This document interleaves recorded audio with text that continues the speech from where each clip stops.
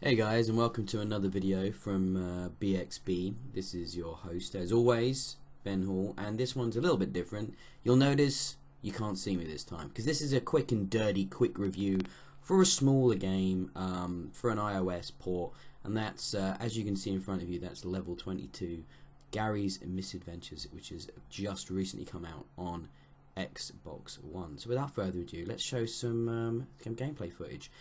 Basically, level 22, Garry's Misadventures, is a small, quick, simple game. It's a stealth game around the idea of that you're a character, you're Garry, the titular character, and you are late for work again, and you have to sneak through various levels of the office workplace to get to your personal office and avoid being caught. And that's it, basically. It's an instant fail game, and you're going to see me fail plenty of times as I play through this early level. Didn't want to give away too much.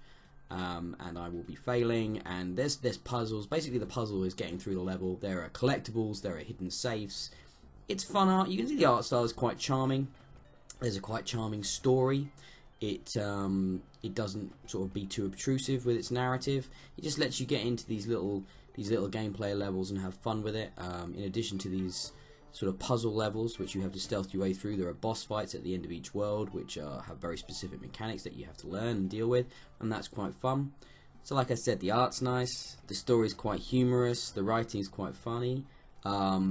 It's in general short experience, but it's a cheap game. It's like, I think it's £5 something on the Xbox store, which is very reasonably priced.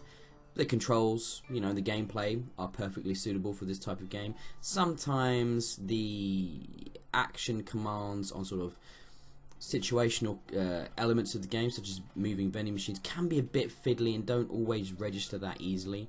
The music has a fun chiptune vibe to it, but it repeats and loops almost endlessly, and that can be a little bit jarring after a while.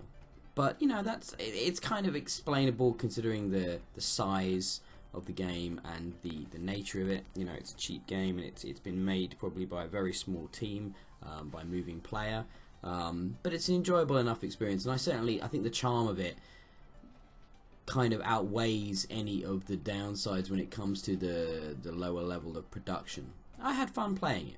You know, it was fun. Even the instant fail stealth mechanics, which I'm not a big fan of, are kind of mitigated by the fact that the checkpointing is very, very generous and the loads are very, very quick. So you can get straight back into the action and learn from your mistakes as you learn the movements and the pathing of the various enemies of the game. So that's not even that much of a problem. So all in all, the game has generous checkpointing, a fun art style. It's an interesting idea. The idea is sort of stealthing your way through a game to get to your workplace. It's a setting I've certainly not experienced before. The music is repetitive if fun. You know, it is a little experience for a low price point, and it's therefore kind of hard to fault it in many ways. And I think you know, a fair score would be something around the 6 mark, 6, 7. Let's be generous. Let's give it a 7 out of 10.